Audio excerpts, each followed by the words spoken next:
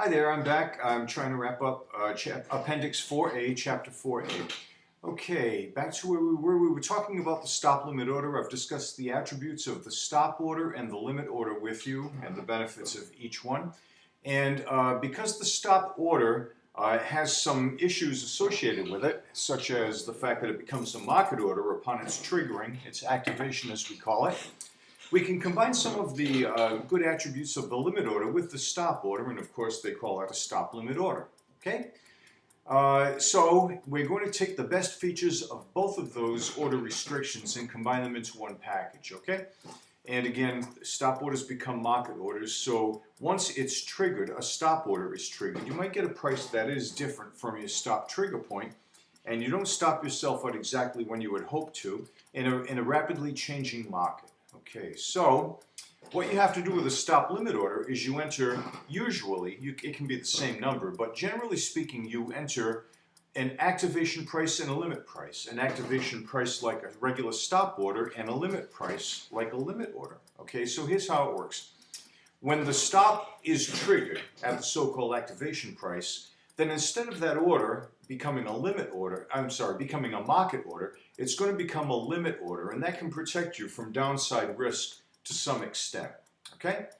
Now, if your limit price is not reached, whether you're buying or selling, then the order might be partially filled or it might not be filled at all. But the point is you've placed a limit on the area in which your broker can act on your behalf.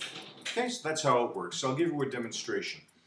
All right, now let's again look at Verizon. You've got Verizon at 47. It's in play, which means its market is moving all over the map very rapidly.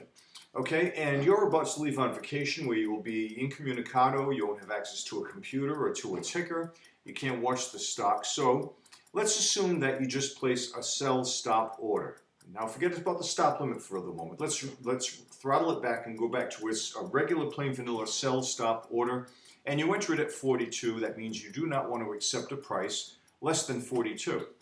Okay, now the sell will trigger at 42. Now the market is moving very fast, so the market might open the next day at 40, lower than your trigger point. That means the stop order is automatically triggered, okay, because it's gone below 42.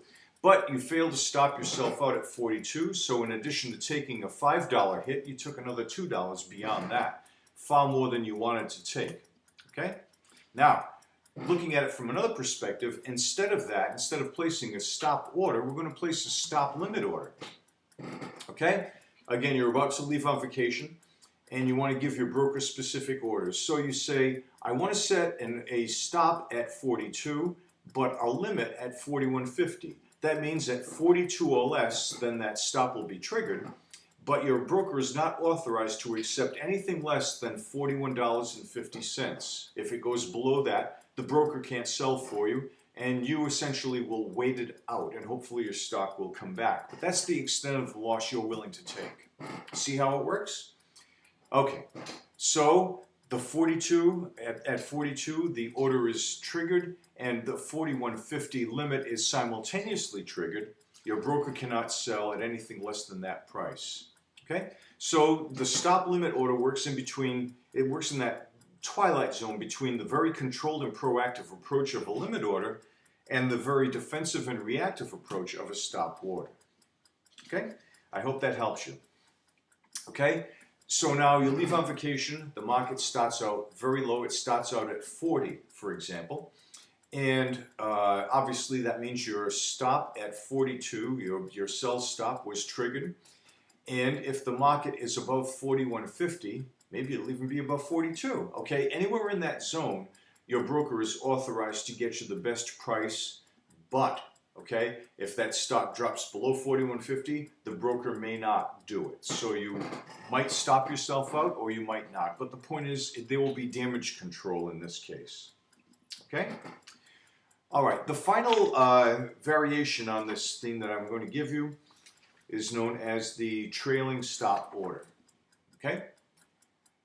A stock is active and you want to protect yourself, but you don't want to lose upside potential because sometimes you place orders and the stock moves in a different direction than you had planned. Okay?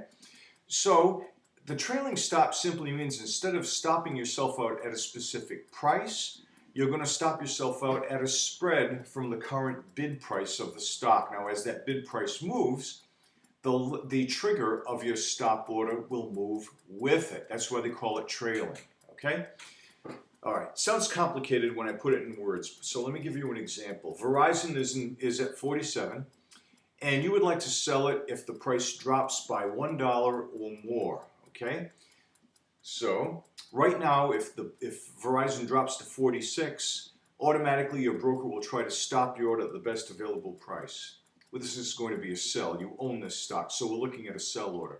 Now, instead of that, contrary to your immediate belief, Verizon moves upward, okay? So you don't want to lose that potential for growth, but you still want to make sure that you've got downside protection to stop yourself out if the stock drops. So you tell your broker, yes, Verizon is at 47. I want to place a trailing stop to sell if it drops by $1. So if Verizon drops to 46, then the sell at market will be triggered. Market order, that means the broker must make their must grab the best available price for you, okay? All right. Now, on the other hand, Verizon rises to 48. Now, the trailing stop, which is still in effect, is going to follow it. So it's going to be reset automatically at $1 away from the price. So Verizon's stop will reset to 47. That will be a new loss point, okay? Your stop followed the upward movement of the stock. You're still protected on the downside. You didn't sacrifice upside growth. So instead of a specific price, you're saying if my stock drops by $1, that's going to trigger the stop to sell rather than the actual price of the stock itself. Okay? Now you can place a trailing stop as a fixed dollar amount like we just did. It was $1 away. You can make it $1.50, $2, whatever. Okay? You can also say, make it a percentage. Okay? If Verizon drops by 5%, 6%, 10%, that is going to trigger. And as the stock moves upward, all right, it will reset. It will stay wherever you set it, 5, 6, 10% away from its current price. Okay? So once again, you stop yourself out, but as the stock moves up, the stop order moves with it. That is a trailing stop order, expressed either as a dollar amount or as a percentage of the current market price. Okay, and that is it. Now, I would like to point something out to you, friends. I did not discuss this in my lecture, but when I was talking about Chapter 4, I'm going to circle you back to page 73. When we were talking about listings, and I demonstrated Yahoo to you, I think we looked up Coca-Cola and McDonald's, right? And I showed you on that Yahoo lead page for each one of those stocks where you could find dividends. I want you to please remember that there is one calculation for which I'll hold you responsible, and there will be one homework problem. I did assign this already, and I'll be discussing that with you in a separate video later today. And on that Yahoo page that we saw, if the stock pays a dividend per share, it lists the dollar amount of the dividend. Okay, now there's one other measure that you need to be aware of, and this was one of the questions I gave you, and that's called the dividend yield.